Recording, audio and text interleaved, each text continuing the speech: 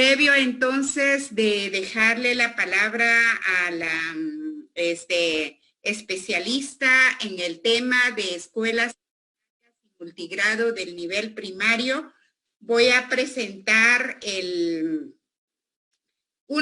una manera muy resumida el currículum, porque si nos ponemos a leer el currículum de ella, realmente es bastante valioso, muy vasto. Entonces vamos a tratar de extractar lo más importante.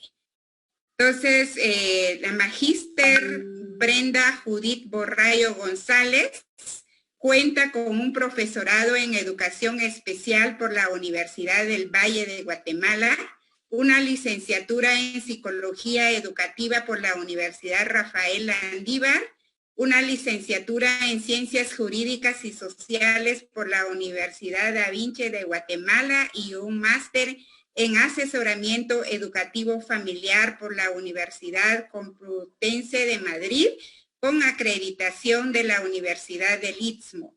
En sus ocupaciones profesionales también se incluye el ser intérprete por lenguaje de señas, profesora en educación de niños especiales. En su vasta experiencia profesional, ha fungido como consultora para Save the Children, la Coordinación Educativa y Cultural Iberoamericana, el Ministerio de Educación de Nicaragua, el Departamento de Agricultura de los Estados Unidos de América, USDA, Share, Guatemala, entre otros. Algunas de sus publicaciones son Módulos Niños, Mis Amigos y Mis Amigas, nivel infantil 2001 para el Ministerio de Educación. Módulo para docentes, destrezas de aprendizaje del programa Formación Continua 2003. Módulo para formación de docentes, trabajo infantil y educación 2011-2012. Colección pedagógica, formación inicial de docentes centroamericanos de educación primaria o básica para la coordinación educativa y cultural centroamericana. Guía para docentes de preprimaria para el desarrollo de la lectura emergente 2019 para la Organización de Estados Iberoamericanos. Además, ha participado en la elaboración del Currículum Nacional Base del nivel inicial y del Currículum Nacional Base del nivel preprimario, los módulos para padres de la mano Edúcame, y brindó orientaciones para el desarrollo curricular, entre otros. Muy bien, entonces con ustedes, la magíster Brenda Judith Borrayo González. Bienvenida, maestra.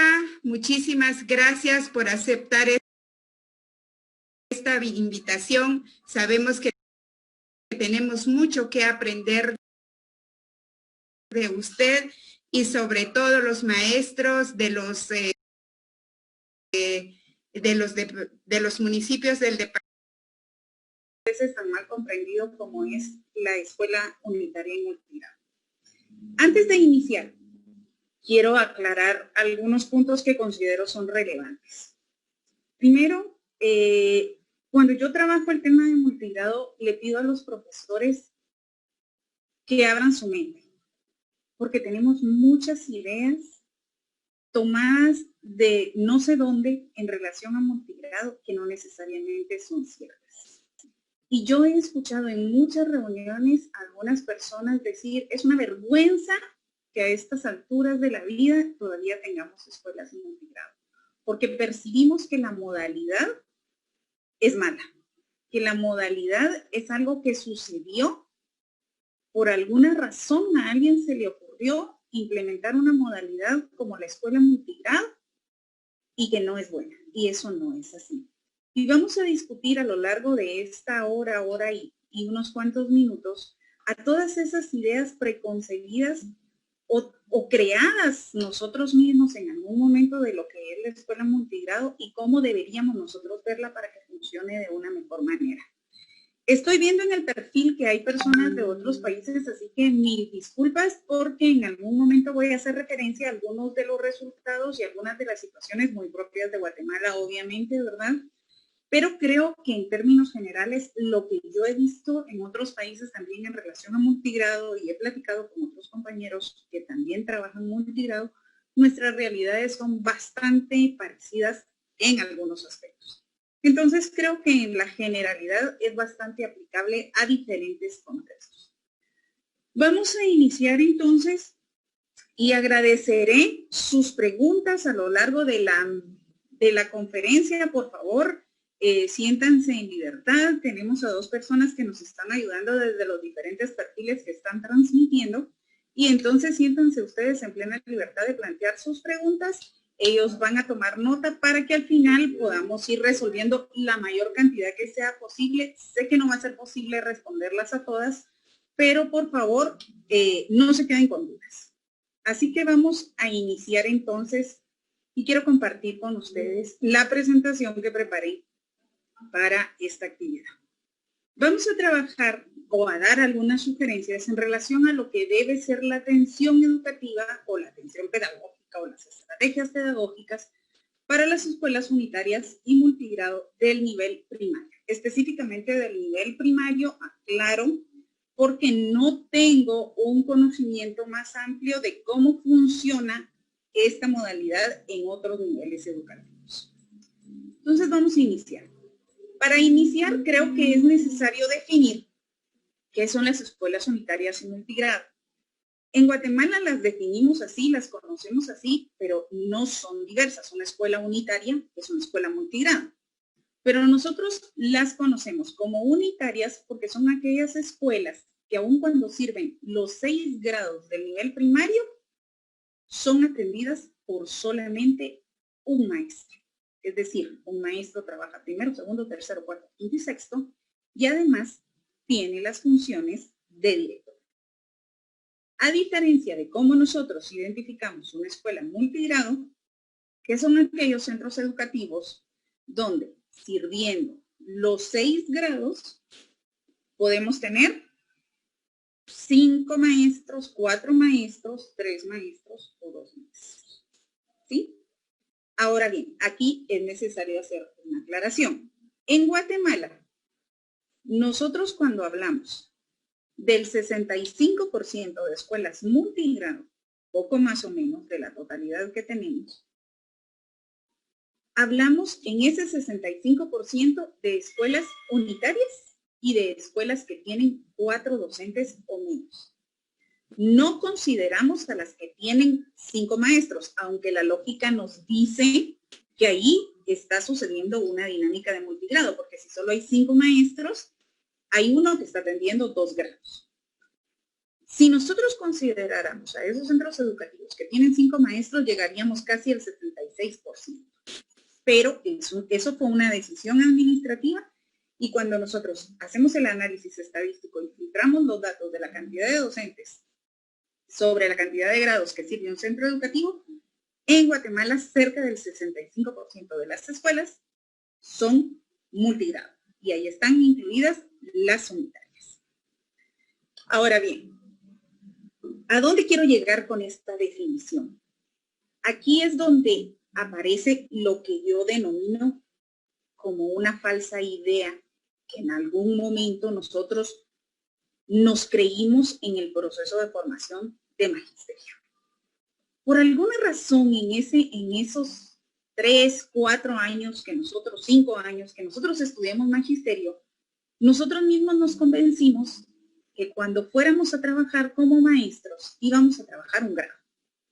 Y que si íbamos a trabajar, por ejemplo, 3er grado primaria, había que enseñar a los niños a multiplicar y a dividir y todos iban a aprender a multiplicar, a dividir. Y si íbamos a trabajar 6º grado, les íbamos a enseñar a los niños geografía universal y todos van a aprender geografía universal. Y si íbamos a trabajar grados tan particulares como 1er grado, íbamos a enseñar a leer y escribir y todo el mundo iba a aprender a leer y escribir y eso no es cierto. Esa idea de homogeneidad, de que todos van a aprender, de que todos lo van a hacer igual y de que todo va a ir sobre ruedas, no es cierta. No sé por qué nos la creímos, pero no es cierta. Ni siquiera cuando trabajamos con un grado, los estudiantes de graduaciones que tuvimos en Guatemala para la primaria. Ustedes ven que tengo yo aquí separados por colores. Para las personas que no son de Guatemala, les explico. Los departamentos son los 22 sectores, por decirlo de alguna forma, los 22 departamentos en los que nuestro país está organizado. Algunos de estos departamentos, y los guatemaltecos bien lo sabemos, tienen mayor población indígena, menor población indígena, características muy propias de cada uno. Y aquí traté yo de hacer un cuadro comparativo sobre ciertas situaciones. Y les voy a pedir, por favor, que presten su atención en el número 16, que es Zacatepec, que es un departamento de Guatemala. Si ustedes se dan cuenta, 62 ganaban la prueba de lectura. Y uno pensará, bueno, tenemos que trabajar más lectura, tenemos que trabajar definitivamente más matemáticas, no puede ser que 30 estudiantes de cada 100 no estén ganando la prueba de matemáticas. Y cuando vemos qué cantidad de escuelas unitarias y escuelas multigrado tiene Zacatepec, resulta que unitarias tiene una y multigrado tiene 17. Tiene poquísimas. Relativamente hablando, muy, muy pocas. Pero si nosotros analizamos la realidad, por ejemplo, que tenemos en el numeral 1, que es Alta Verapaz, un departamento con mayor cantidad de población indígena, resulta que ese año la prueba de matemáticas solo la ganó el 34% y la de lectura solo la ganó el 22%. Coincidentemente, o trágicamente, o significativamente, Alta Verapaz tiene una gran cantidad de escuelas unitarias en multigrado. Tiene 488 escuelas unitarias y 946 escuelas multigrado. Cerca de 1000 escuelas multigrado. Y si analizamos el caso particular de Huehuetenango, que es el numeral 8, 31% de los estudiantes ganan la prueba de matemáticas, 23% ganan la de lectura, y tienen 350 escuelas unitarias y 904 multigrado. Muy semejante a lo de Alta Verapaz. Entonces, en esta tabla nosotros podemos ver que hay una relación significativa entre la cantidad de escuelas multigrado y unitarias y los resultados que estamos teniendo de las pruebas nacionales de lectura y escritura. Y no se necesita hacer un gran esfuerzo para comprender que aquí tenemos un problema. Porque a mayor cantidad de escuelas multigrado, los resultados son más bajos. Así de alarmante. Y no es porque la modalidad sea mala, es porque el docente muchas veces no sabe cómo se debe abordar esa modalidad. Entonces nosotros en una escuela multigrado vemos que el docente pasa todo el día corriendo. Trabaja con un grado, los deja haciendo algo, entretenidos, les pone muestras, les da instrucciones y corre para el otro grado o el otro grupo, según como los tengo organizados. Y da instrucciones, revisa, corrige, explica y corre para otro grupo. Y se la pasa corriendo toda la jornada el maestro, de un grupo a otro. Y está trabajando con el grupo A y resulta que en el grupo B hay un niño que está molestando a los demás o que está haciendo relajo y entonces le dice, a ver tú, Luisito, mientras que les está explicando a este grupo A, interrumpe para corregir cierta libertad para poder trabajar en la multigrado. En la multigrado a mí hay algo que me llama mucho la atención.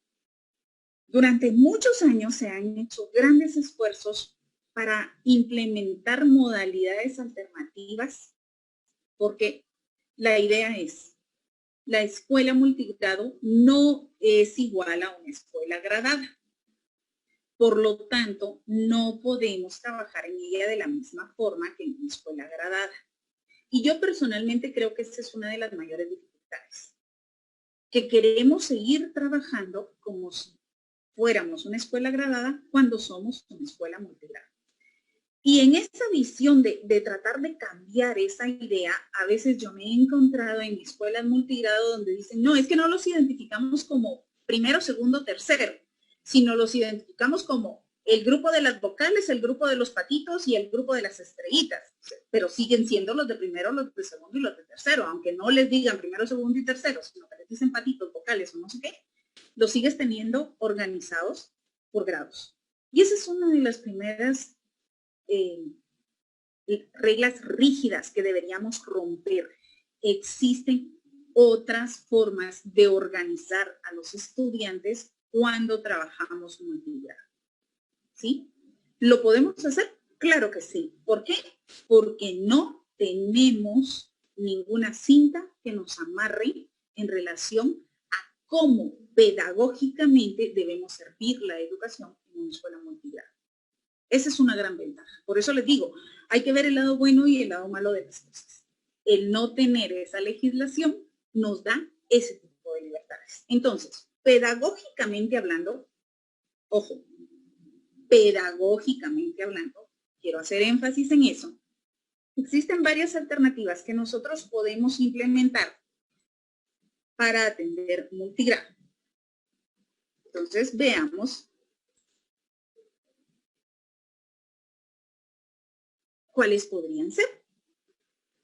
Primera idea que nosotros como docentes de una escuela multigrado debemos tener. Es necesario. Ahora sume acá, ahora reste acá, ahora ponga acá. No.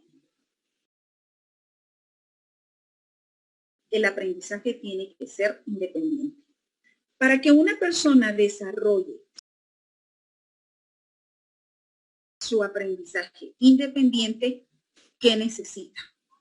Necesita saber seguir instrucciones. Instrucciones orales, instrucciones escritas. Necesita tener comprensión lectora. Necesita tener autorregulación. Necesita conocer la satisfacción de hacer bien las cosas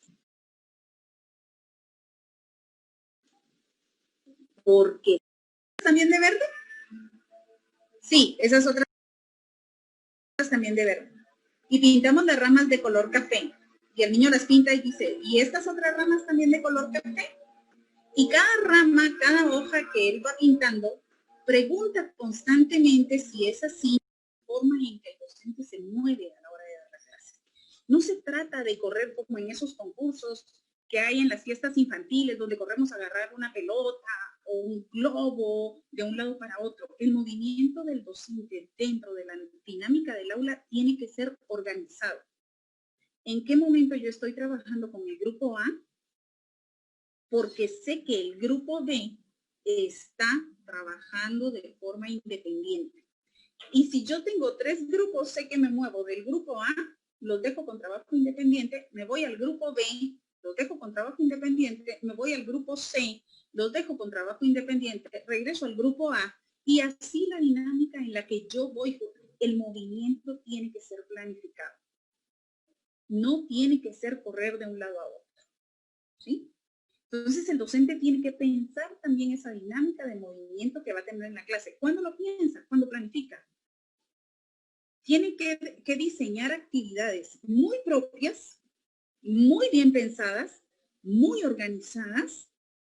Tiene que poder administrar muy bien su tiempo para que ese movimiento se vea reflejado en la clase. Cuando él atiende un grupo, cuando atiende otro, cuando atiende otro. Muy bien.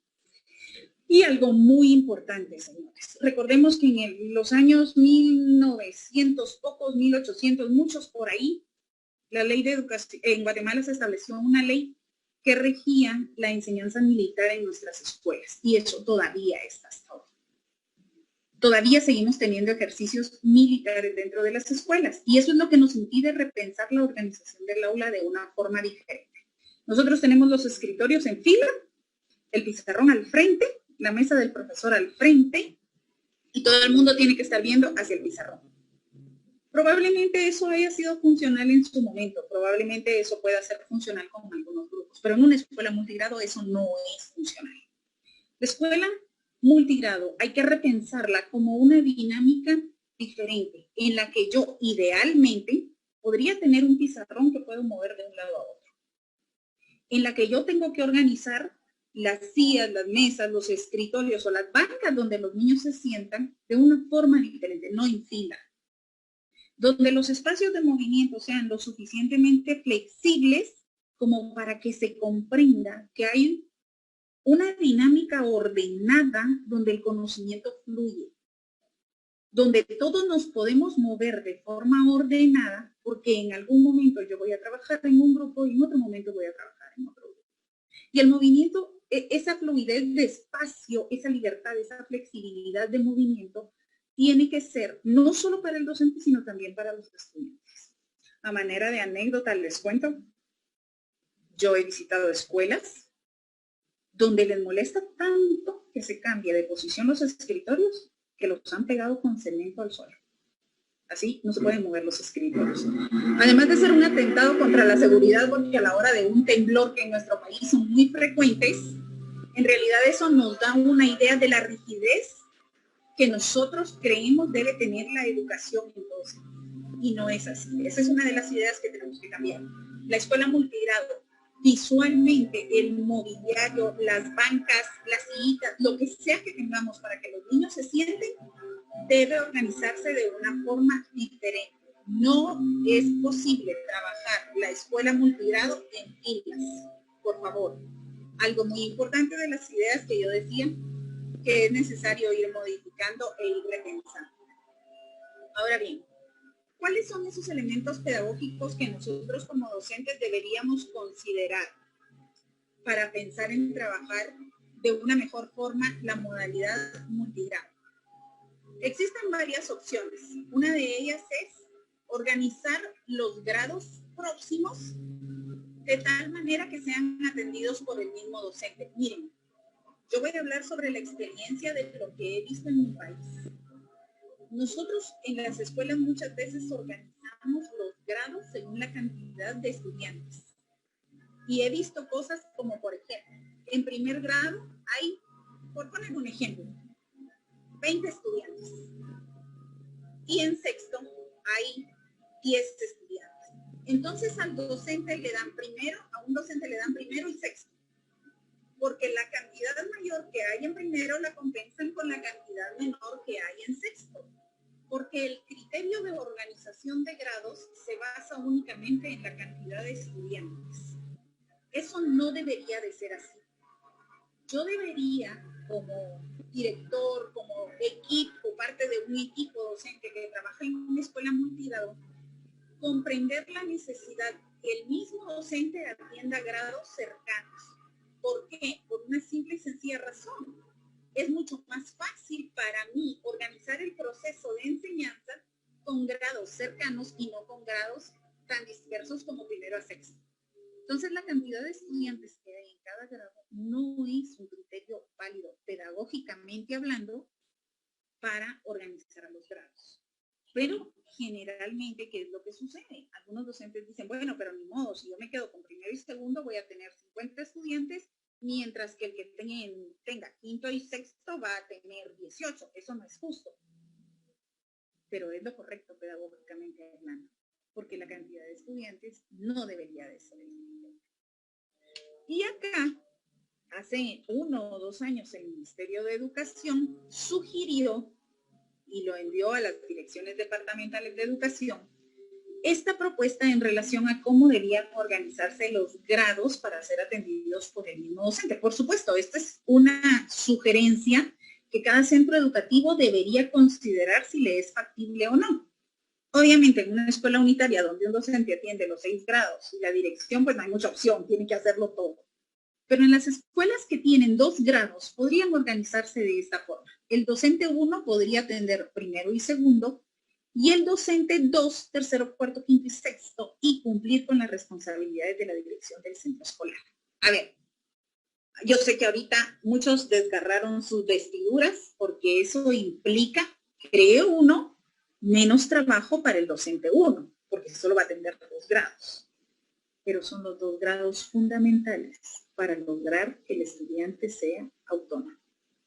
Porque un estudiante que ha desarrollado bien el aprendizaje independiente en primero y segundo grado, es decir, que sabe leer y escribir bien, que puede conocer ya toda la dinámica de ese interactuar en el centro educativo, trabajan de una forma mucho más autónoma en los otros grados. Eso implica definitivamente más responsabilidades para un docente desde el punto de vista, en este caso, administrativo, porque lleva la dirección? Sí, posiblemente sí. Pero recuérdense, no estamos viendo el beneficio del docente, estamos viendo el beneficio del estudiante, que es a lo que todos nos debemos. Otro ejemplo, en las escuelas donde tenemos 3 docentes, el docente 1 podría atender primer grado únicamente, el docente 2, segundo, tercero y cuarto, y cumplir con las responsabilidades de dirección, y el docente 3, quinto y sexto. ¿Qué significa esto? ¿Por qué un docente solo va a tener un grado si somos 3? No es justo, podríamos agarrar 2 grados cada uno, es la mentalidad de algunas personas. Sí, pero recuérdense que el primer grado es un grado significativamente importante. Primero, porque una gran cantidad de niños no fueron a la preprimaria. Nosotros tenemos cerca del 50% de los niños que no van a la preprimaria. Entonces es la primera vez que estos niños tienen un acercamiento a la escuela. Con los niveles de pobreza que tenemos en ciertos países, es la única oportunidad que tienen los niños de ir a la escuela. Y si llegan a perder ese grado, ¿qué es lo que dice la familia? Este no sirve para estudiar, ya no lo metemos a la escuela. Entonces el docente de primer grado, por eso es que debe dedicarse en cuerpo, alma y espíritu a trabajar ese grado que es fundamental. Por eso en la propuesta anterior le pedimos que trabaje primero y segundo. ¿Por qué? Porque él podrá conocer a su grupo de estudiantes y compensar en esos 2 años la formación que debe tener ese grupo de estudiantes. Si yo tengo al niño Pedro o Luis o José, que son los 3 a los que les cuesta, ¿ya? Y sé que no han logrado del todo las destrezas que deberían en primer grado, pero sé que en segundo grado voy a trabajar con ellos, le puedo dar continuidad al proceso de enseñanza de esos 3 estudiantes, ¿ya? De ahí la importancia de si se va a relacionar primer grado con otro grado, que sea con segundo y no más. Luego, en los centros educativos donde tenemos 4 docentes, podemos sugerir que la organización sea igualmente un docente para primero, el docente número 2 para segundo y tercero, y miren, aquí es súper importante, el docente 1 y el docente 2, que atienden primero, segundo y tercero, deben convertirse en los mejores amigos.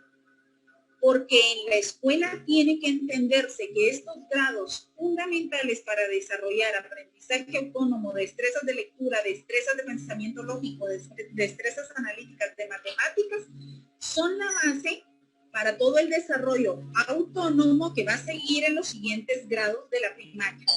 Entonces, el docente 3 puede trabajar cuarto, quinto y sexto grado y cumplir con las responsabilidades de la dirección del centro escolar. Y el docente 4 puede trabajar con sexto grado. Por supuesto, esto es una sugerencia organizativa, como bien les decía yo hace un momento, que hace algunos años nosotros planteamos como Ministerio de Educación a las dependencias departamentales. No está escrito en ninguna ley, no es forzoso, es una organización pensando en el beneficio de los estudiantes. ¿Eso va a implicar un poco más trabajo para un docente que para otro? Sí, definitivamente. Pero es un beneficio para los estudiantes. Lo primero que nosotros tenemos que pensar es que si nosotros somos parte de un equipo de docentes, ya sea de 2 personas o de 3 personas o de 4 personas que trabajan en una escuela multigrado, es que somos un equipo de trabajo. Y en un equipo de trabajo todos nos apoyamos. Y en un equipo de trabajo yo entiendo cuál es mi responsabilidad y el porqué de mi responsabilidad. No estoy tratando, como bien decimos los guatemaltecos, de zafar bulto para que el otro trabaje más que yo. Es súper importante que el equipo de docentes de una escuela multigrado funcione como un verdadero equipo de trabajo en el que nos apoyamos unos a otros. Para que la modalidad sea funcional, eso es determinante. Y no puedo seguir pensando que soy el docente de un grado, porque no trabajo en una escuela gradada. Regresemos a la diapositiva anterior, donde tenemos las otras opciones que debemos considerar para trabajar esta modalidad.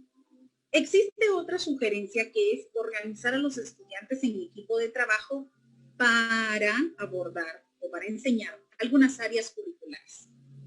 ¿A qué me refiero con esto? Uno de los mayores problemas que tenemos en la multigrado es la administración del tiempo. El tiempo no nos alcanza. ¿Por qué? Porque si tenemos 3 grados, primero, segundo y tercero, queremos trabajar matemáticas con primero, con segundo y con tercero. O comunicación y lenguaje con primero, segundo y tercero. O artes plásticas con primero, segundo y tercero. O estudios sociales con primero, segundo y tercero. Insisto, queremos trabajar la multigrado como si fuera gradada. Y tenemos que pensar en una organización diferente, en un abordaje diferente. Y para eso, nosotros debemos considerar la posibilidad de organizar a los estudiantes, no por grado, sino por equipos de trabajo. Y en esta propuesta, desde el punto de vista del currículum, nosotros hicimos este análisis. Vamos a suponer, y eso ustedes lo habrán vivido, que nosotros decidimos estudiar francés, o italiano, o alemán, o cualquier idioma. ¿Qué sucede cuando uno quiere estudiar un idioma diferente? Le hacen una prueba en la que determinan qué tanto sabe. Y entonces le dicen, bueno, usted está a nivel intermedio, usted está a nivel avanzado, usted está a nivel de principiantes. Y te mandan a estudiar con el grupo que te corresponde.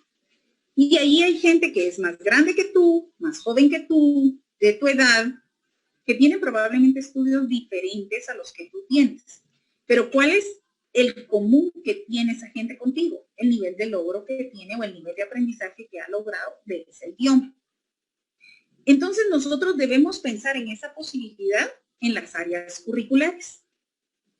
Y nosotros haciendo este análisis nos dimos cuenta que las únicas áreas que necesitan ser trabajadas de forma aislada por grado son matemáticas en los 6 grados. Ahí sí el horario necesita separar un tiempo para matemáticas de primero, un tiempo para matemáticas de segundo, un tiempo para matemáticas de tercero, de cuarto, de quinto y de sexto, y el área de comunicación y lenguaje, pero solamente en los primeros 3 grados. Un tiempo específico y propio para comunicación y lenguaje en primero, un tiempo específico y propio para comunicación y lenguaje de segundo, y un tiempo específico para comunicación y lenguaje de tercero. Pero las otras áreas se pueden trabajar por equipos según el nivel de logro, el nivel de aprendizaje o por ciclos. Recordemos que la primaria la tenemos organizadas por ciclos. Ciclo 1, primero, segundo y tercero, y ciclo 2, cuarto, quinto y sexto. ¿Qué requiere esto? Requiere que el docente conozca a los estudiantes, que vea qué nivel de logro tienen en las otras áreas. Y el problema es que nosotros pensamos en el ejercicio docente solamente para el ciclo escolar, que tarda 10 meses, 280 días, y no es así. Veamos la propuesta de trabajar por equipos. Por equipos yo puedo trabajar comunicación y lenguaje L1, L2, expresión artística, educación física y formación ciudadana. ¿Qué pasa si yo trabajo con un equipo que está a nivel, igual que el aprendizaje de los idiomas, inicial, intermedio y avanzado? Por ejemplo, educación física. No pasa nada. Voy a tener estudiantes a nivel de iniciales de todos los grados o de los grados que atienden. A nivel de intermedio de los grados que atienden y a nivel de avanzados de los grados que atienden. Pero entonces no por grado. No por grado, porque no trabajo en una escuela gradada. De lo primero que tengo yo que quitarme el capuche al trabajar la modalidad multigrado es de profesor de grado. Soy profesor multigrado, ¿ya? Pero esto requiere que yo me siente, observe, evalúe, haga una evaluación diagnóstica de los estudiantes. ¿Quiénes están más avanzados en cada una de estas áreas? ¿Quiénes están funcionando a nivel intermedio en cada una de estas áreas? ¿Quiénes están trabajando ya su logro es superior a nivel más avanzado en cada una de estas áreas? Y las áreas que yo podría trabajar por ciclos son comunicación y lenguaje, el segundo ciclo, cuarto, quinto y sexto, medio social y natural, ciencias naturales y tecnología, ciencias sociales y productividad y desarrollo. Es decir, si yo soy maestro unitario, tengo que tener un tiempo para trabajar ciertas áreas con cada grado, pero en mi horario tengo que trabajar por equipos y tengo que trabajar por equipos de trabajo. Y a esto justamente es a lo que yo me refería cuando debemos entender que el no tener una cinta que nos amarre en esta modalidad, nosotros podemos tomar este tipo de decisiones. Y cuando yo planteo ideas como esta, los docentes me dicen, pero entonces, ¿cómo va a reportar uno el logro de los aprendizajes de los estudiantes? Señores, es que trabajar en una escuela multigrado implica que yo debo conocer a mis estudiantes y la evaluación debo pensarla como un proceso individual en el que yo voy viendo qué está logrando cada estudiante. Fíjense que cuando uno va al médico, el médico no reporta el nivel de sanación que uno está teniendo, si la enfermedad está cediendo, por compararme con otro paciente. Yo espero que él me diga, bueno, en una semana a usted se le va a quitar este malestar, usted se va a dar cuenta que una reacción del medicamento va a ser esto, pero pretendo que él ponga atención hacia mi enfermedad, hacia mi situación. Pues igual debemos ser los docentes, conocer el nivel de logro que va teniendo cada estudiante. Imagínense ustedes esta dinámica. Trabajar comunicación y lenguaje L2 en equipos de trabajo. Y tenemos a los estudiantes que tienen el nivel de principiantes, el de intermedios y avanzados. Y que de repente un estudiante que está en el equipo de principiantes, su nivel de logro está siendo tan significativo que pasa al nivel de intermedios. ¿Ustedes se pueden imaginar cómo se va a sentir ese niño? Ese estudiante va a sentir que acaba de conquistar el mundo, porque está pensado y diseñado el proceso de enseñanza de una forma diferente. ¿Y cómo lo reportamos? Bueno, pues nosotros llevamos el control por estudiantes sobre lo que va aprendiendo. A mí me resulta realmente impactante cuando un maestro dice, es que el niño perdió el grado. Es que imagínense ustedes lo que significa perder un grado. Y quienes tuvieron la experiencia de perder un grado o en familia de ver que alguien perdió un grado, es que es una vergüenza familiar y es imposible que el niño no haya aprendido nada durante un ciclo escolar. Porque todos tenemos la capacidad de aprender. Unos más rápidos que otros, unos necesitamos mayor apoyo que otros, pero todos aprendemos.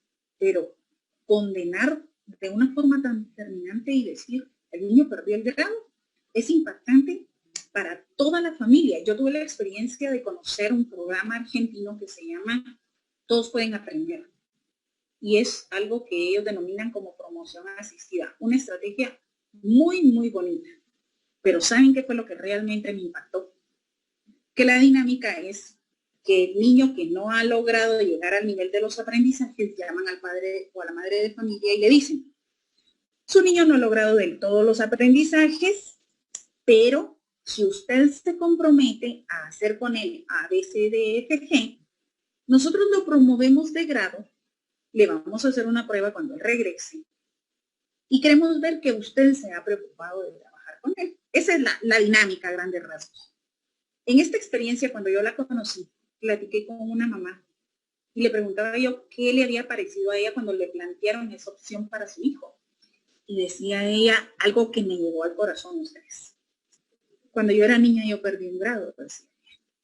Yo me sentía tan avergonzada y sabía que mi mamá estaba avergonzada y sabía que mi papá estaba avergonzado y sabía que los había decepcionado tanto, pero tanto, que cuando a mí me presentaron esta oportunidad para ayudar a mi hijo, no lo dudé, porque sabía que no quería que mi hijo volviera a pasar la vergüenza que yo había pasado en perder un grado. Señores, esto es hacer la diferencia en educación. Por eso es que es necesario repensar la educación. Porque seguimos jalando, seguimos practicando, seguimos implementando procedimientos que datan de los 1800. Y no nos los cuestionamos, porque así nos educaron a nosotros y así seguimos nosotros educando. Y entonces tenemos las consecuencias que tenemos. Niños que abandonan el sistema, niños que no funcionan dentro del sistema. ¿Ya? Y nuestra función como docente es educar, formar, pero la educación abre oportunidades. Entonces, y no digo que estas sean las únicas formas en que podamos organizar la enseñanza. Pueden haber muchísimas otras formas. Ahí ya queda la creatividad de cada uno ¿Qué otras opciones tenemos de cómo organizar los procesos de enseñanza? Sigamos, volvamos a esta primera diapositiva que nos da los elementos pedagógicos que debemos considerar. Y la opción número 3 dice que en una escuela multigrado se puede implementar la técnica de desplazamiento para atender a varios grados. A esto me refería yo cuando les decía que generalmente un maestro multigrado lo que hace es correr toda la jornada de un lado para otro, de un grado para otro. Si aquel tiene una duda, corre a resolverse, la regresa a seguir trabajando con entonces los otros dos se quedaron atascados, regresa con ellos a darles la explicación, y eso no puede ser así. La técnica de desplazamiento lo que nos dice es que cuando nosotros planificamos, debemos tener un esquema poco más o menos así, y tener claro cuáles son los momentos de la enseñanza que los niños pueden hacer solos y cuáles son los momentos de la enseñanza en los cuales nosotros debemos estar presentes con los niños. Y esta es una tabla que sugiere poco más o menos si nosotros tenemos 2 grupos, 2 equipos o 2 grados, cómo podríamos organizarla. Entonces tenemos aquí al grado, al ciclo o al equipo 1 en la columna izquierda, al grado, ciclo o equipo 2 en la columna derecha. Donde tenemos marcada la X es el momento de la enseñanza donde el maestro debe estar con el niño, con el grupo de estudiantes. Pero mientras él está con ese grupo de estudiantes, el otro grupo está haciendo trabajo autónomo. Y a esto me refería yo cuando les decía pensar desde el momento de planificar cuál va a ser el movimiento del docente. Entonces, si ustedes se dan cuenta en esta tabla, nosotros podemos ver dónde va a estar ubicado el docente. En el primer momento, vamos a suponer que esta activación de conocimientos previos o repaso fueran 20 minutos, ¿el docente dónde va a estar? Con el grupo 2, dando nuevos conocimientos. Mientras tanto, el grupo 1 va a estar realizando de forma autónoma una actividad que le va a servir para activar conocimientos. Luego de esos 20 minutos, el docente pasa a acompañar al grupo 1 y el grupo 2 se queda con aprendizaje autónomo. ¿Haciendo qué? Solucionando un problema, cuestionando un procedimiento, resolviendo un caso o analizando un caso que el docente les dejó en la actividad anterior. Y tendrán, qué sé yo, 20, 30 minutos para hacer trabajo autónomo, mientras él se va a dar los nuevos conocimientos con el grupo 1. Y seguimos después de 15, 20, 30 minutos, mientras que el grupo 2 está solucionando el problema, le dejamos esa posibilidad de solución, de análisis, de cuestionamiento, de compartir al grupo 1 y él se va a revisar o a fijar o a resolver dudas luego del análisis del aprendizaje autónomo que tenga el grupo 2. Ustedes aquí ven una especie de camino, ¿sí? En estas 2 columnas de X, X, X, X, ¿dónde va a estar ubicado el maestro en cada momento? Y en qué momento el estudiante va a estar, el grupo de estudiantes va a estar realizando aprendizajes o actividades autónomas. Pero esto tiene que ser perfectamente bien diseñado de tal manera que los tiempos nos coincidan. Una de las mayores demandas que tiene el docente multigrado es hacer una planificación que sea efectiva y eficiente, no que sea considerada solamente un requerimiento administrativo en el cual él pueda entregar a su autoridad. Y para trabajar este tipo de metodología que es combinada, que es aprendizaje autónomo y es aprendizaje en acompañamiento presencial por parte del docente, una estrategia que ayuda muchísimo son las tarjetas de pista. Las tarjetas de pista son esos documentos en los cuales el docente establece el contenido básico, el chivo, como decimos nosotros acá, para que si el grupo de estudiantes en el momento que está haciendo aprendizaje autónomo se queda atascado o se empantanan ante un análisis, puedan buscar esa tarjeta de pista y encontrar una posible o 2 posibles respuestas para continuar su trabajo. Entonces yo les puse aquí un ejemplo. Vamos a suponer un maestro que está enseñando la división Y fíjense que todo el procedimiento que uno generalmente enseña en el pizarrón, él lo incluyó en esta tarjeta de pista. Y utilizando colores, él les dice de dónde sale cada número, cuál es el procedimiento que se realiza en esa división, de dónde sale el otro número, dónde se coloca, cuándo es una resta, cuándo es una multiplicación. Y va explicando, los colores ayudan muchísimo. ¿Cuándo va él estableciendo el procedimiento? Un muchacho, un estudiante que está aprendiendo a dividir y de repente se le olvida si lo que tiene que hacer es restar o multiplicar 2 por 3, va a la tarjeta de pista y ahí dice multiplicar. Y no hay pierde, y no tiene que interrumpir al maestro que está atendiendo a otro grupo.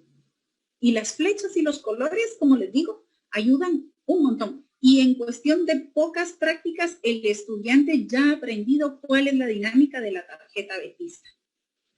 Por supuesto, utilizar tarjetas de pista requiere que el docente tenga claro dónde podría encontrar dificultad el estudiante, dónde se me podrían quedar estos niños atascados, no van a encontrar la respuesta o dónde se podrían empantanar. ¿Ya? Y si no, de repente puede ser que yo les ponga incluso en la tarjeta de pista, porque ellos, el chiste es dejárselas a un lado, no que las puedan ver desde un principio, sino solamente si ellos las necesitan van y las consultan. Y es interesante la dinámica porque muchos niños lo que hacen es que hacen su procedimiento como pueden, como se acuerdan, y luego solo para verificar si lo hicieron bien, van a la tarjeta de pista antes de que llegue el maestro. ¿Sí? Entonces, tenemos que aprender a jugar con esas herramientas y estas estrategias para poder atender a los estudiantes. Otra cosa muy importante que tiene la escuela multigrado como posibilidad es el gobierno escolar. Pero por favor, el gobierno escolar no lo pensemos solo como para que sea el grupo de niños que recibe a alguien que llega de visita a la escuela. El gobierno escolar tiene que tener un rol fundamental en el proceso de aprendizaje. El libro viajero lo utilizan para que los niños escriban sobre cualquier cosa. No, hagamos un cuaderno viajero sobre los ecosistemas, por ejemplo. Sobre los seres vivos, por ejemplo. Donde el estudiante sí o sí tenga que investigar, que leer para poder escribir en el libro viajero. ¿Y quién lo administra? Que lo administre el gobierno escolar. Que el gobierno escolar no sea solo para estar parado en la puerta cuando alguien llega. La caja del conocimiento, qué interesante si un niño tiene la posibilidad un día de viajar a la capital e ir al zoológico y ver las serpientes.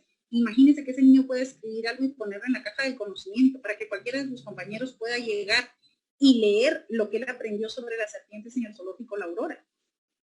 El tablero de lectura, donde el niño hace su dibujo de su autorretrato y va marcando lo que leyó y qué aprendió de eso que leyó. Tenemos solamente 5 libros en la escuela. Bueno, hagamos el árbol o el tablero de lectura. Imagínense el niño que pueda ver los 5 títulos del libro que tenemos en la escuela y abajo su foto, porque ya leyó los 5 libros que tenemos en la escuela. Muchas veces nos centramos en la carencia de recursos que tenemos. O el libro, el tablero de lectura y el niño que más lecturas ha llevado de las publicaciones de los periódicos, por ejemplo, porque ya las leyó. Cosas así. Tenemos que ir pensando cómo ir variando y que la lectura y la interacción se conviertan en una forma de aprender, no solamente la explicación del maestro. Y algo muy importante también, que eso existe en una gran cantidad de fundaciones y de organizaciones que hacen mucha referencia a la importancia de que en las escuelas multigrado debemos trabajar guías de autoaprendizaje. Estas, nosotros en el caso de Guatemala, las tenemos diseñadas desde el Ministerio de Educación, pero cada maestro puede perfectamente hacer sus guías de autoaprendizaje. Y las guías de autoaprendizaje, ¿qué es lo que tienen que plantear? Le tienen que dar al niño la posibilidad de activar sus conocimientos previos, de lograr sus nuevos conocimientos. ¿Qué actividades de ejercitación tiene que hacer y qué actividades de evaluación tiene que hacer? Y el niño tiene que seguir, por eso es que es tan importante desarrollar la comprensión lectora, el niño tiene que entender esta dinámica, este orden que va dando la guía, que si yo no las tengo como docente, yo las puedo crear en hojas de papel, en pliegos de papel. en los afiches, del otro lado de los afiches, puedo hacer mis guías de autoaprendizaje para que uno o dos estudiantes vayan siguiendo el procedimiento. Y algo muy importante de la guía, por eso se llama de autoaprendizaje, que el niño vaya teniendo el control de lo que él está haciendo. Me esforcé en hacer las actividades, hice todas las actividades como debían de ser, consulté por lo menos 2 fuentes para la información que la guía me pedía, pregunté a un adulto en relación a tal y tal cosa. Porque, señores, si nosotros no logramos este nivel de conciencia en los estudiantes en una escuela multigrado, sino que ellos están pendientes de la evaluación del maestro, no logramos aprendizaje autónomo. Recuerden que el estudiante aprende según como nosotros evaluamos. Si nosotros solo hacemos pruebas escritas, el estudiante solo aprende para la prueba escrita. Pero si nosotros diseñamos estrategias de tal manera que él se vea obligado, por decirlo de alguna forma, a cuestionarse él mismo el procedimiento que está realizando, el niño es su mayor juez. Él se va preocupando, él va definiéndose y él quiere llenar de la mejor forma su control de progreso. A veces cuando uno con los hijos le dice, bueno, ¿y tú cuál crees que debería de ser la consecuencia de tal cosa que hiciste? Ellos resultan siendo mucho más duros de lo que uno como papá hubiera sido, ¿ya? ¿Por qué? Porque a veces somos más duros para juzgarnos nosotros. Y esa es una conciencia que necesitamos en la escuela multigrado. El autocontrol, la autorregulación, el autocuestionamiento es fundamental en una escuela multigrado. Como les decía en un inicio, a mí me preocupa muchísimo cuando la gente dice que deberíamos sentirnos avergonzados de tener escuelas multigrado. Yo no lo creo. Yo creo que la modalidad multigrado es una gran oportunidad para enseñarnos a vivir la vida, para enseñarnos a ser independientes y autónomos, para poder ejercer la ciudadanía, si se trabaja adecuadamente. Y creo que los malos resultados que tenemos en algunas escuelas multigrado es porque son multigrado y las queremos seguir administrando, organizando y trabajando como que fueran escuelas gradadas. Y no son escuelas gradadas. Entonces, mi recomendación es que lo primero que deberíamos de hacer es ponernos el tacuche. Somos docentes multigrado. Como tal, trabajamos en una modalidad diferente. Como tal, tenemos que pensar en formas diferentes de trabajar. No podemos seguir haciendo lo mismo porque vamos a seguir teniendo los mismos resultados. Y como les decía en un inicio, la ventaja de no tener cintas que nos amarren es justamente esa, que podemos ser creativos. No creativos de pasarnos la mañana cantando, no creativos de pasarnos la mañana brincando, creativos de repensar diferentes formas en que podemos enseñar, diferentes formas en que podemos organizarnos, diferentes formas en que podemos dar las instrucciones a los estudiantes. ¿Ya? Bueno, eso es lo que yo preparé para conversar con ustedes. Tenemos entonces ahora un tiempo de preguntas. ¿Los escucho? ¿O escucho a quien vaya a leer las preguntas? No sé cómo va a ser la dinámica. Me parece que los dos compañeros que están viendo los perfiles son quienes van a pasarnos las preguntas que ustedes planteen. El tiempo es de ustedes. Bien, interesante temática. En realidad nos hace reflexionar sobre la forma, la manera en que cada uno de nosotros abordamos las temáticas de aprendizaje en las distintas escuelas que atendemos.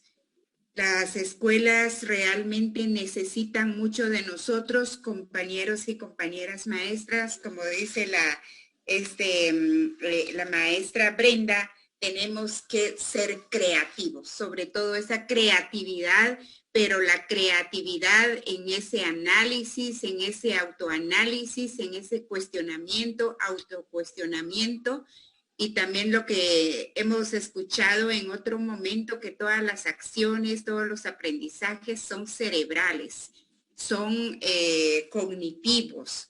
de tal manera entonces que es importante que planteemos nuestras dudas, nuestras inquietudes, no nos quedemos con dudas. Creo que es muy importante que salgamos de esas inquietudes que de repente en algún momento no sabemos realmente qué hacer. Aprovechemos el espacio, aprovechemos los conocimientos de la maestra experta en el tema. Así que en este momento vamos a entrar a preguntas y respuestas que los compañeros Adim y Ronnie nos van a hacer el favor de plantear las preguntas a modo de que la maestra Brenda Borrayo estará dándonos las respuestas. Aprovecho también el espacio para comentarles de que la hoja de asistencia va a estar dispuesta más o menos unos 10 minutos. No sé si me escucharon los compañeros, perdonen, el Lic Adim y el Lic Ronnie. Adelante con las preguntas, por favor. Claro, licenciada Eulalia. Bueno, acá en la página de Facebook por SINAE Guatemala tenemos la pregunta. Dice, de la profesora Graci Fati García, ¿es recomendable unir preprimaria de las 3 etapas junto con primer grado? Ok, gracias. Cuando nosotros estamos hablando de un planteamiento como este, no estamos hablando de multigrado, estamos hablando de multinivel, ¿sí? A la realidad de falta de servicio educativo que tenemos en algunas comunidades en Guatemala, ha hecho que esto se convierta en una realidad. El docente de primero atiende preprimaria.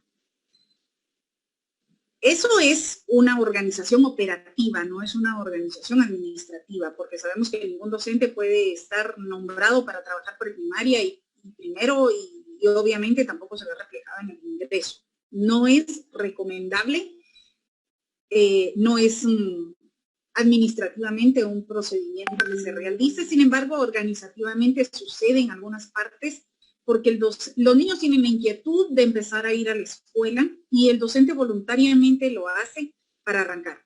Ahora bien, aquí hay una situación. Cuando estamos hablando de las 3 etapas de preprimaria, estamos hablando de 4, 5 y 6 años y 7 años en el caso de primero. Ahí hay una diferencia significativa, importantísima de edad. No es lo mismo trabajar con un niño de 4 años que trabajar con un niño de 6 años, ni mucho menos trabajar con un niño de 4 años con un niño de 7 años. Por una simple y sencilla razón. A los 7 años el ser humano supera un proceso de maduración en su sistema neurológico, en su sistema nervioso, significativamente importante. Si nosotros, como docentes de primer grado, tenemos la buena voluntad de apoyar, queremos hacerlo, y queremos hacerlo bien, mi recomendación es que sigan adelante, cedan su tiempo, pero háganlo por separado. Organícense de tal manera que ustedes cumplan con su jornada para trabajar con primer grado y 1 o 2 veces por semana trabajen con las otras etapas, con la preprimaria. Porque lo que sucede es que muchos docentes de primer grado asumen esta responsabilidad, como les digo, de buena voluntad, porque ellos se dan cuenta que el trabajar con los niños en la preprimaria definitivamente les facilita mucho primer grado. Entonces el beneficio es para ellos, es como cuando uno ahorra porque quiere comprarse un terreno, porque quiere comprarse una motocicleta o algo así. El sacrificio del ahorro es para tener un mayor beneficio, definitivamente. Ellos invierten ese tiempo en trabajar con niños en preprimaria porque ven el beneficio que eso representa cuando ese niño llega a primer grado primario. Pero mi recomendación es háganlo bien. Si van a regalar su tiempo, su esfuerzo, su orientación, primero fórmense muy bien para trabajar con la preprimaria. Me refiero a que entendamos que trabajar en preprimaria es desarrollar procesos cognitivos, habilidades sociales, lenguaje oral, leerles, cantarles, todo lo que enriquezca su pensamiento y su vocabulario, como les digo, 1 o 2 veces por semana. No les estoy diciendo todos los días, 4 horas todos los días, no, 1 o 2 veces por semana, 1 hora y media, porque ese beneficio va a ser evidentemente para los niños y les va a facilitar a ustedes el trabajo cuando son niños lleguen a primer grado. Mi recomendación es no juntar. El multinivel, no multigrado, multinivel, para mí es bastante complejo desde la perspectiva de que las edades cronológicas que encontramos en esos grados hacen diferencias significativas, porque lo mismo sucede si pensamos en estudiantes de quinto y sexto con muchachos que ya están a nivel básico, ¿ya? La edad cronológica ahí es significativa, entonces yo ahí sí recomendaría un poquitito más de cuidado. Y de hecho, nosotros mismos lo podemos analizar. Yo siempre a nivel de broma digo, a mí me encanta trabajar con niños pequeñitos, trabajé con niños pequeños y trabajo con adultos.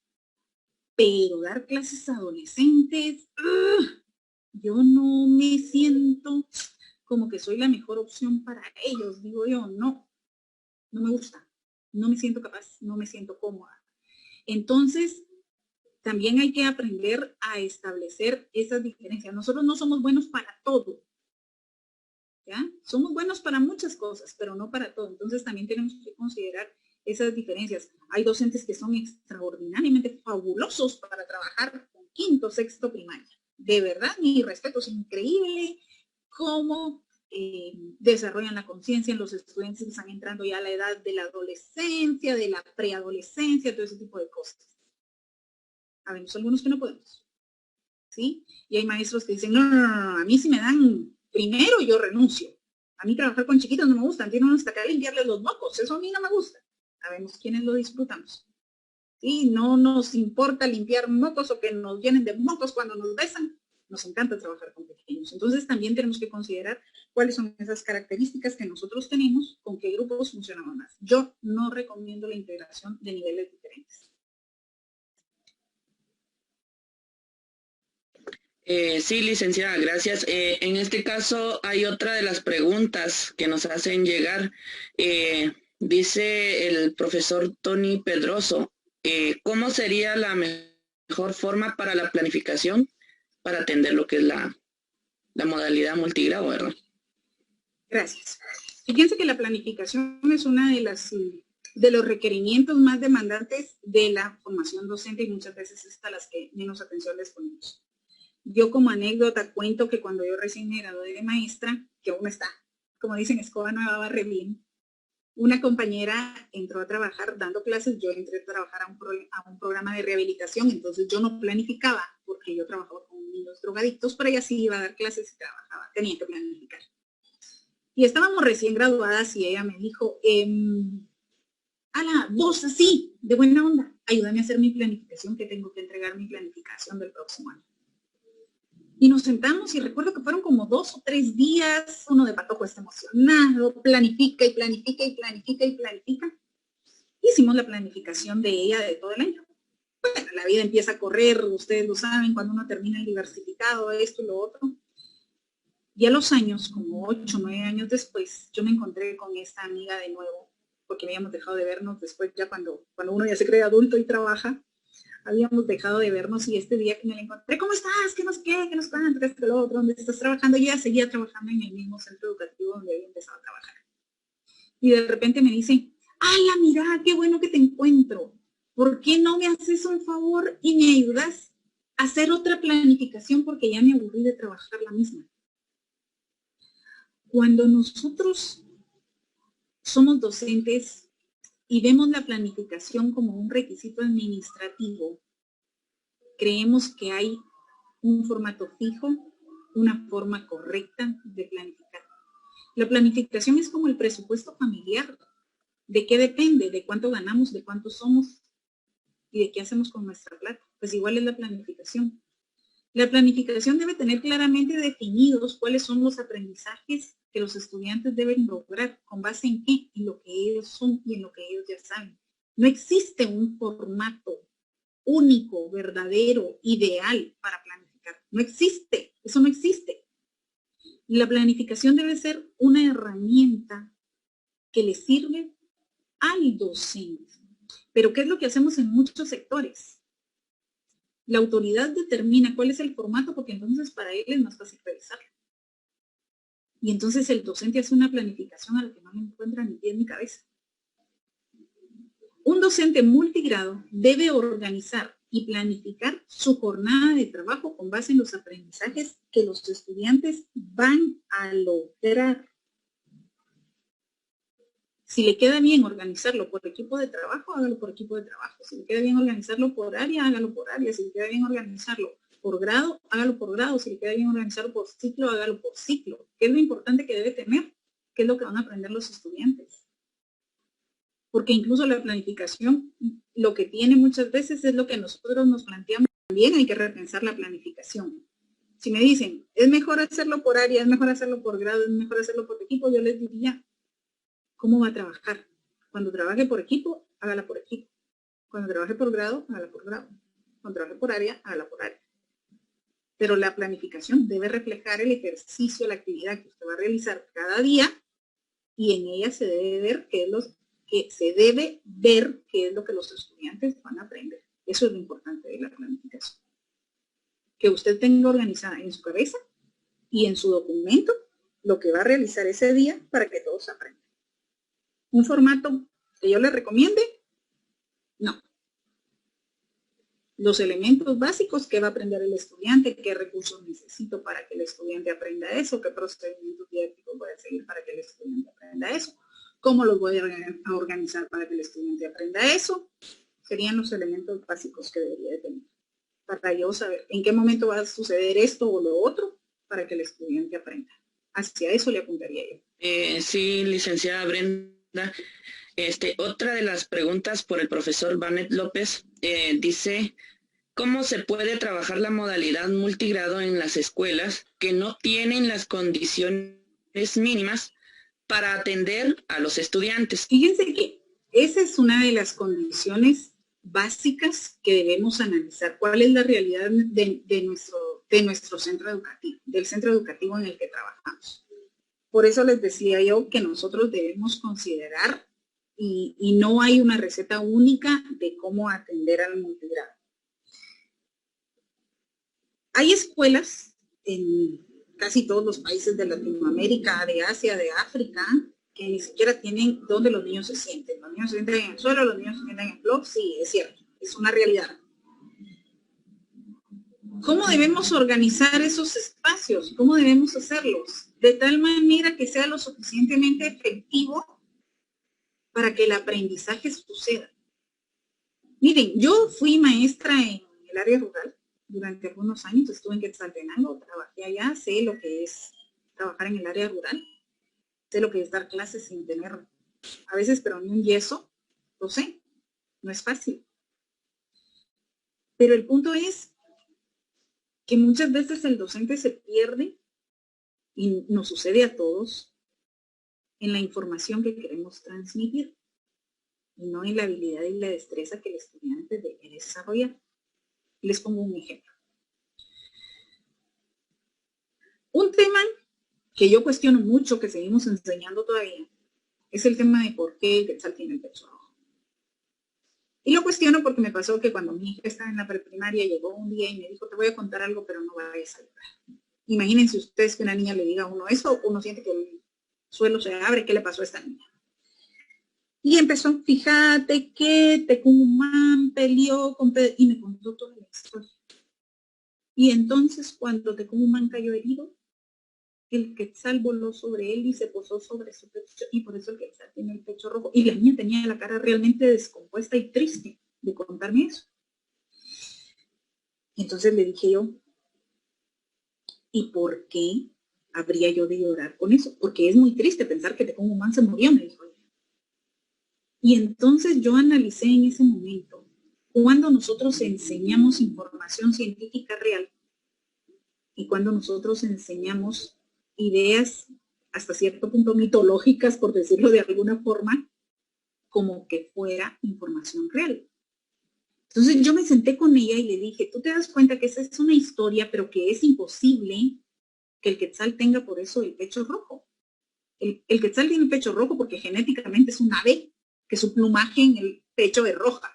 Pero no tiene nada que ver, lo demás es una historia que nos cuentan para formarnos un concepto de lo que es ser guatemaltecos y esto y lo otro, y le expliqué. Entonces el asunto es que muchas veces nosotros nos perdemos en esa información y no nos centramos en el desarrollo de las habilidades y destrezas. Y voy a poner otro ejemplo. Ahorita que acaba de pasar la fecha de la independencia de Guatemala, estaba yo un día, ahorita con la pandemia, ¿verdad? Salí a la puerta de mi casa porque me estaban llevando algo que había pedido. Y estaba una mamá frente a mi casa de una librería con su hija comprando cartulinas azules y blancas. Y me llamó la atención porque si no estamos siguiendo a la escuela, dice uno, ¿por qué la niña necesita cartulinas azules y blancas? Y como uno es metiche, le digo yo, ¿vas a hacer algún adorno por el Día de la Independencia? Le digo a la niña. Y me dice, tengo que hacer el altar cívico en mi casa. Y entonces digo yo, lo que estamos haciendo ante esta pandemia es trasladar las prácticas tradicionales que teníamos en educación, solo que ahora las realizamos a través de la computadora o las realizamos en casa. Y no debería ser así, porque en realidad de nada me sirve a mí que un niño haga un altar cívico o un rincón cívico, o como le llamen, el Día de la Independencia y le mande una foto a la maestra si el niño sigue tirando basura en la calle. Si el niño sigue colándose en las filas, si el niño no saluda, si el niño no ama a su país. Entonces es necesario que como docentes nos cuestionemos qué es importante enseñar. Los recursos definitivamente son necesarios para lograr buenos aprendizajes, pero ¿a qué le llamamos recursos? ¿Ya? Condiciones mínimas. A mí, por ejemplo, me preocupa muchísimo que tengamos centros educativos que no tengan un baño. Eso sí es un recurso súper importante. Que el niño tenga el derecho de ir a hacer pipí, de ir a hacer popó cuando lo necesite durante la jornada de la escuela. Eso es un derecho básico. Pero que no tenga FOMI, disculpen, eso no es un recurso importante. ¿Ya? Entonces tenemos como que ir repensando, que ir priorizando también a qué le llamamos recursos. Si tenemos bancas para que los niños se sienten, repensemos cómo podemos utilizar esas bancas. Si tenemos escritorios, mesas, somos el centro educativo afortunado, qué bueno, pero también repensémoslos, porque tenemos centros educativos con unas mesas preciosas que siguen haciendo fila. Entonces, el ejercicio aquí, mi sugerencia es, cuestionémonos nosotros como docentes, cómo pensamos nosotros la educación. Tenemos una mentalidad flexible para servir en una escuela multigrado, para entender y cambiar esa realidad, porque la escuela multigrado no es igual a la escuela gradada. ¿Estaría yo dispuesta a planificar proyectos de aprendizaje en lugar de estar pensando en trabajar por grados? ¿Ya? Esa es la invitación a cuestionarnos.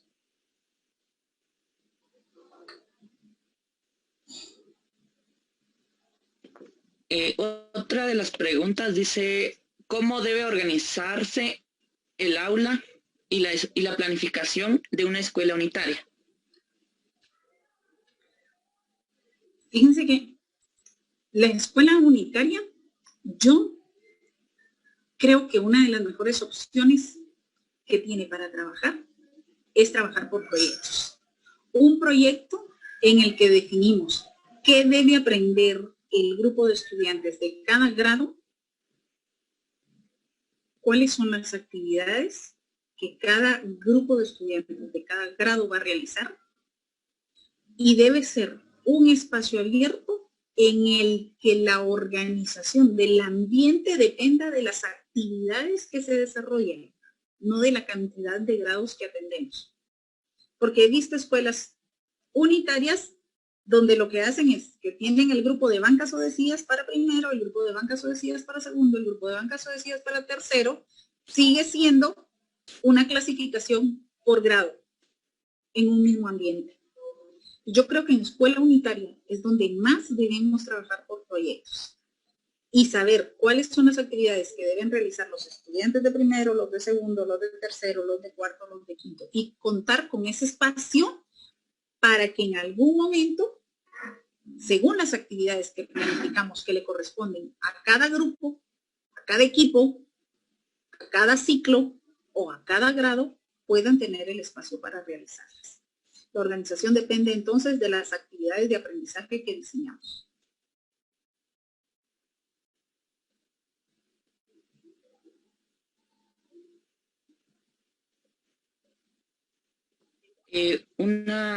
Otra pregunta, licenciada Brenda, dice, vamos a ver, que es aconsejable unir niños de preprimaria, o sea, las tres etapas, o sea, cómo trabajar estas tres etapas en las escuelas, en la CODP, cuando se tienen las tres etapas. ¿No será esa la pregunta que ya habíamos contestado de No, porque en la anterior era con primero? Con primero. Esta sería cómo trabajar las tres etapas de preprimaria. Fíjense que eso es un poquito complejo porque, como les decía igualmente con la pregunta parecida anterior, es que el tema es que 4, 5 y 6 años son muy diversos. Los niños de 4 años son muy diferentes a los de 6 años. Muy diferentes. Muy, muy diferentes. Yo creería, por ejemplo, los PAIN que tienen esta atención a todas esas edades tienen una gran ventaja, que tienen la posibilidad de organizar por tiempos y porque así está establecido en su acuerdo de creación, que pueden trabajar unos días con 4, otros días con 5 y otros días con 6 años, porque incluso el PAIN tiene como mandato trabajar con madres lactantes, creo, si mal no estoy. Entonces pueden organizarse en tiempos y dejar 1 o 2 días para trabajar con las 3 edades, que es la modalidad que yo conozco que atiende las 3 etapas en el nivel preprimario. No sé si exista otra, porque de ahí lo que tenemos son aulas anexas, pero las aulas anexas son creadas para trabajar específicamente 6 años, que es el previo a entrar a primero, no para atender las 3 edades. Entonces, ojo con eso, porque si nosotros nos estamos tomando la libertad también de sobrepoblar las aulas integradas, tenemos que analizar qué es lo que estamos haciendo. Porque a veces lo que sucede con este recibimiento de 4 años, lo que hacen es que el niño tiene 4 años y trabaja lo de 6, tiene 5 años y trabaja lo de 6, tiene 6 años y trabaja lo de 6. Después de 3 años, el pobre niño ya no quiere saber nada de la escuela porque ha pasado 3 años trabajando lo de 6 años, incluso violentando muchas veces su desarrollo porque se le están pidiendo actividades que no corresponden a su edad. Entonces, ojo de qué modalidades de la que estamos hablando en preprimaria, porque yo creo que ahí no es como muy beneficioso tomar decisiones. No es como muy beneficioso porque las edades son significativamente diferentes. Quiero hacer énfasis en eso, porque es necesario trabajar ciertas habilidades a su nivel con niños de 4 años, ciertas habilidades a su nivel con los niños de 5 años y ciertas habilidades a su nivel con los niños de 6 años. No les podemos exigir un aprendizaje autónomo, por Dios, son 6 años, todavía no son autónomos, porque para lograr aprendizaje autónomo se necesita cierto grado de madurez y no les podemos exigir, imagínense, si a los 6 años uno no puede ser inmaduro, ¿cuándo va a ser inmaduro en la vida? Entonces, hay ciertos requerimientos muy, muy propios de la edad que debemos respetar, porque si no lo hacemos, en lo que podemos caer es en violentar el desarrollo de los niños.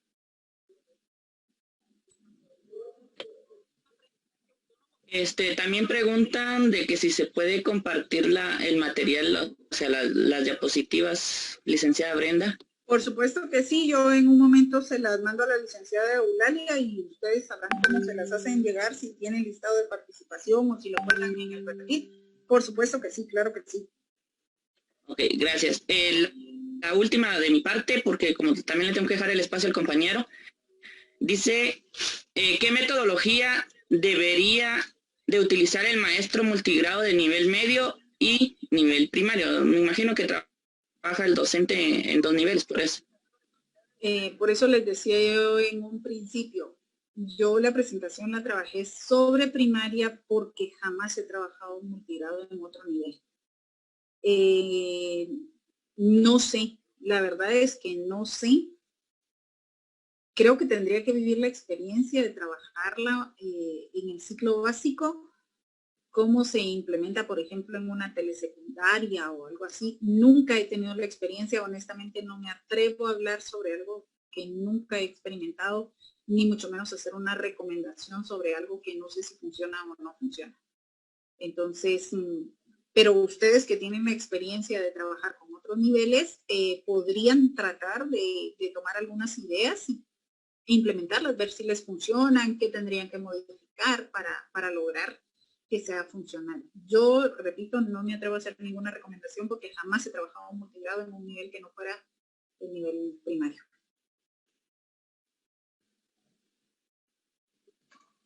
Sí, muchísimas gracias, licenciada. Déjeme comentarle que en el Facebook de la Dideduc de Huehuetenango tenemos varias preguntas. En específico tengo por acá al profesor Juan Agustín, quien, tomando en cuenta, ¿verdad?, que en el siguiente año el modo de trabajo va a ser un sistema híbrido, ¿verdad? Él nos pregunta lo siguiente: ¿qué sugerencia pedagógica nos puede dar para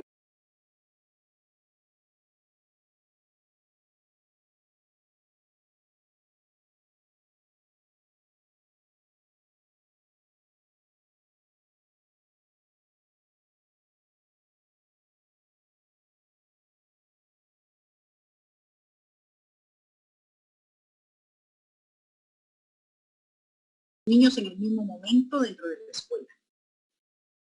¿Qué es lo que tenemos que asegurarnos en esta modalidad que vamos a implementar? La organización. Es que miren, cualquiera en esta vida puede ser desordenado, menos un maestro multigrado. Un maestro multigrado tiene que ser sumamente ordenado, con tiempo, con actividades, con recursos, con estrategias. Si alguien en esta vida tiene que ser ordenado, es un maestro multigrado. Entonces, como que definir esas actividades que ellos van a lograr de aprendizaje autónomo desde la casa. Y ojo, aquí hay algo muy importante también, señores. Esas actividades de aprendizaje autónomas tienen que estar encaminadas no solo a hacer, tienen que estar encaminadas a pensar. Tenemos que hacer que los niños sean críticos, analíticos, reflexivos en las actividades de enseñanza. Entonces, no veo yo que debamos seguir sufriendo que el día que sea presencial todos los niños de todos los grados a la escuela, sino que por el contrario, creo que podemos organizarnos de tal manera que podamos atender unos días a unos, en unos horarios a unos, en otros horarios a otros, y no que la presencialidad siga siendo todos los grados al mismo tiempo. De nuevo, probablemente eso implique más trabajo para el docente, sí, pero va a ser más beneficioso para los niños, que siempre esa debería de ser nuestra meta. Muchísimas gracias, licenciada. Ahora el profesor Brian Lawrence, él nos escribe, ¿verdad?, tomando en cuenta que en las escuelas de Huehuetenango, ¿verdad?, hay escuelas, podría decir que la gran mayoría, ¿verdad?, son unitarias. Él escribe: yo pienso que está bien la organización de estudiantes por grados. Lo inadecuado es la cantidad de los mismos, ¿verdad? Yo pienso en esos maestros que son de escuelas unitarias, tienen que atender los 6 grados, serían 6 grupos. También viene a mi mente aquellas escuelas donde tienen una enorme cantidad de estudiantes en el aula, ¿verdad? Entonces, licenciada, ¿cuál sería una solución a esta problemática? Es que miren, la solución sería una solución administrativa, económica, nombrar más maestros, pero no es una realidad. Eso es como que nosotros tuviéramos, ¿qué les he de decir yo?, dificultades para transportarnos en familia. Lo ideal sería que todos nos pudiéramos comprar un carro, pero no es lo real. Entonces, ¿qué tenemos que hacer? Pensemos en otras opciones, tal vez a lo mejor una motocicleta, una bicicleta, o si no, pues no, nos tocará usar el servicio de transporte público. Esta solución rápida no existe, ¿sí? Y yo creo que buscar una solución rápida radica en esa idea de que el multigrado debería desaparecer, porque qué vergüenza que todavía tengamos escuelas multigrado. Realmente yo no digo que no existan, yo No he visto una escuela unitaria en la que un docente tenga que atender a 300 niños. No la he visto. Por lo general, las escuelas unitarias igual son significativamente pocos los niños que hay para cada grado. En algunas oscilan en 35, otras en 40 y tantos, ¿sí? 50 niños por ahí de los 6 grados. Pero realmente decir, tiene 30 de primero, 20 de segundo, 15 de tercero y es unitaria, no digo que no existan. Yo no he encontrado ninguna. No conozco ninguna que sea así. Probablemente existan. Pero lo que pasa es que uno piensa, grado por niño, 40, 30, y un docente para los 6 grados, eso es de volverse locos. Sí, pero probablemente existen, yo no las he encontrado, ¿ya? Entonces, como les digo, no pensemos en soluciones rápidas porque no existen. Pensemos en implementación de metodologías que garanticen los aprendizajes de los estudiantes. El aprendizaje autónomo es fundamental. Tengo que enseñar a los estudiantes a ser autónomos en su proceso, a ser investigadores, a ser autorregulados. Si el niño necesita que yo le refuerce cada paso del procedimiento, no llegamos a ningún lado. ¿Sí? Es como cuando educamos a los hijos. Cuando educamos a los hijos, en algún momento nos va a tocar que comer en trastos con jabón porque les estamos enseñando a lavar trastos. Y nos van a dejar los platos con jabón y ni modo, si queremos las cosas bien hechas y rápido, hagámoslas nosotros. Si queremos enseñarles, vamos a tener que ser un poquito flexibles y darles el tiempo que necesitan. El aprendizaje autónomo es fundamental. El niño tiene que ser independiente, analítico, cuestionador, si queremos lograr mejores procedimientos de aprendizaje. Ay, aquí hay una pregunta, me voy a tomar la libertad de leerla yo. Omar Rodas está preguntando si hay algún material bibliográfico del Mineduc para los establecimientos multigrado. Sí, hay varios. Hay algunos que son de monitoreo, hay otros que son sobre la administración, hay un manual de gobierno escolar específicamente que trabajé junto con el licenciado Orlando Escobar. Es aplicable para el manual de gobierno escolar para todos los grados, pero hay ideas concretas sobre cómo organizar el gobierno escolar y como les decía, el tema es no pensar en gobierno escolar solamente como una dinámica de interacción en el centro educativo, sino darles roles que acompañen al resto de estudiantes en su proceso de aprendizaje. Eso es muy importante para el gobierno, para lograr un mejor funcionamiento del gobierno escolar. Hay módulos que trabajó hace algunos años con un proyecto de plan internacional, alguien que es experta también en multigrado, que conoce muchísimo de multigrado en el país, la licenciada Roxanda Rodríguez, de PRODI. Ella ha trabajado muchísimo de multigrado también en Guatemala y ella estuvo en la participación y la construcción de esos módulos que plantea diferentes sugerencias para la escuela multigrado.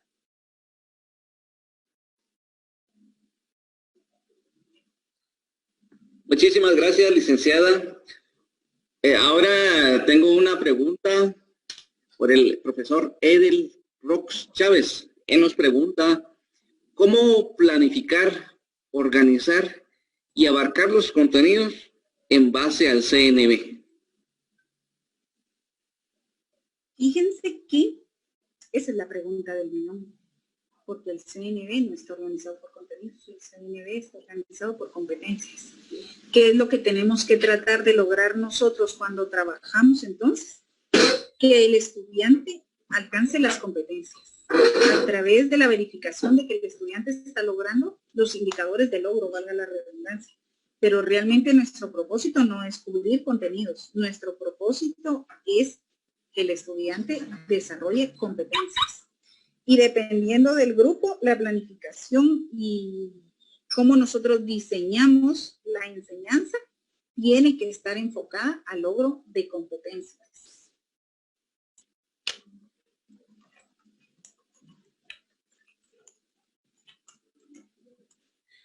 Muchísimas gracias, licenciada. Por acá me aparece otra pregunta, esta vez por el profesor Jimson Herrera. Él específicamente escribe lo siguiente. sería bueno que explicara por qué sexto se tiene que trabajar por aparte. En la propuesta de organización de grados cuando tenemos 4 maestros. Gracias. La propuesta de trabajar sexto por aparte es específicamente porque vamos preparando al estudiante para continuar ya, para el ciclo básico. Por eso básicamente, para poder hacer más énfasis en estas destrezas que él necesita para el ciclo básico. Bien, ¿Sí?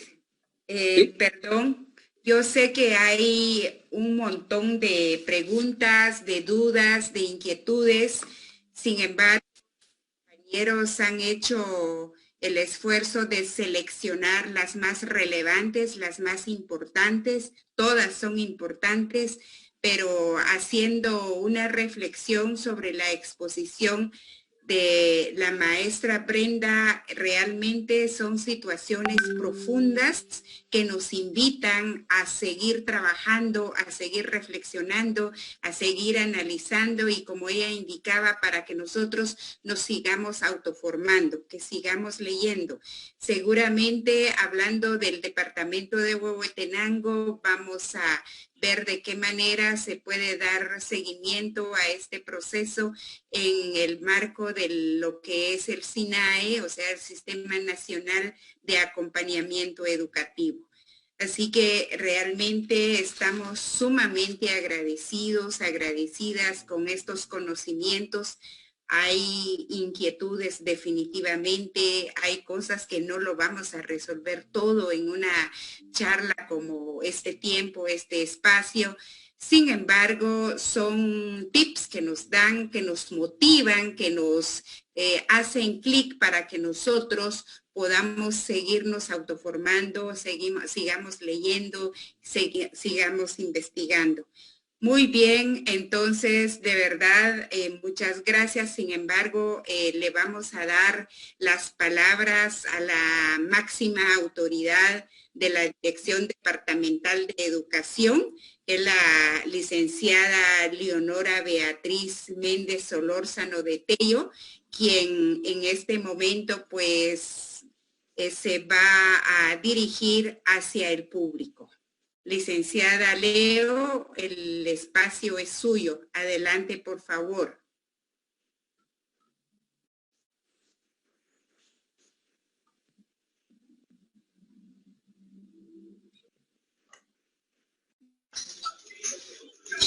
Tenga muy buenos días todos los presentes. Licenciada Brenda Borrayo, un agradecimiento por la experiencia que usted nos ha brindado el día de hoy.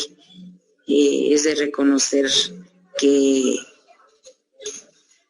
usted, a través de sus múltiples ocupaciones, pues nos ha brindado un poquito de su tiempo. Mi reconocimiento a su experiencia, licenciada.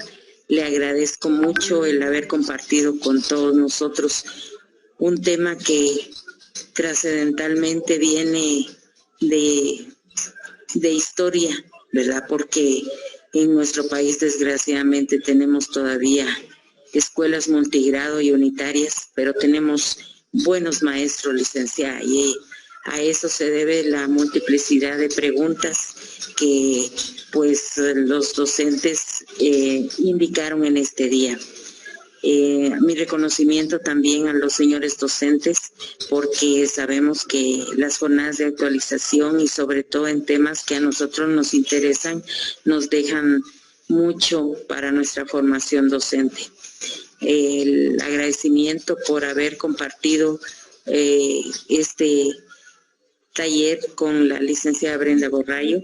Esperamos tener otra oportunidad para poder ampliar algunas situaciones más, licenciada Brenda. Licenciada Eulalia, le agradezco a usted por esa iniciativa y ese empoderamiento con la calidad educativa de nuestro departamento, y también a los compañeros que la apoyaron en la organización. Dios los bendiga. Muchas gracias, licenciada Brenda. Que Dios me la guarde, y a todos ustedes que Dios los bendiga y los guarde también. Muchas gracias. Feliz día. Muchísimas gracias, licenciada Leonora, directora departamental de Educación de Huehuetenango. Gracias a todos definitivamente por este espacio, ¿verdad? Vamos a ver la posibilidad de seguir coordinando con la maestra. Sabemos que ella tiene múltiples ocupaciones, pero esperamos tener una próxima oportunidad de compartir con ella. Bien, no sé si se encuentra ya el licenciado Gabriel. Mientras él se conecta, se les dijo en algún momento, yo sé que ya está el link en el chat, en el Facebook, para que todos registren los datos que ahí se nos solicita, ya que se les va a hacer llegar su diploma de participación en su momento. Simplemente dennos tiempo, por favor. Licenciado Gabriel.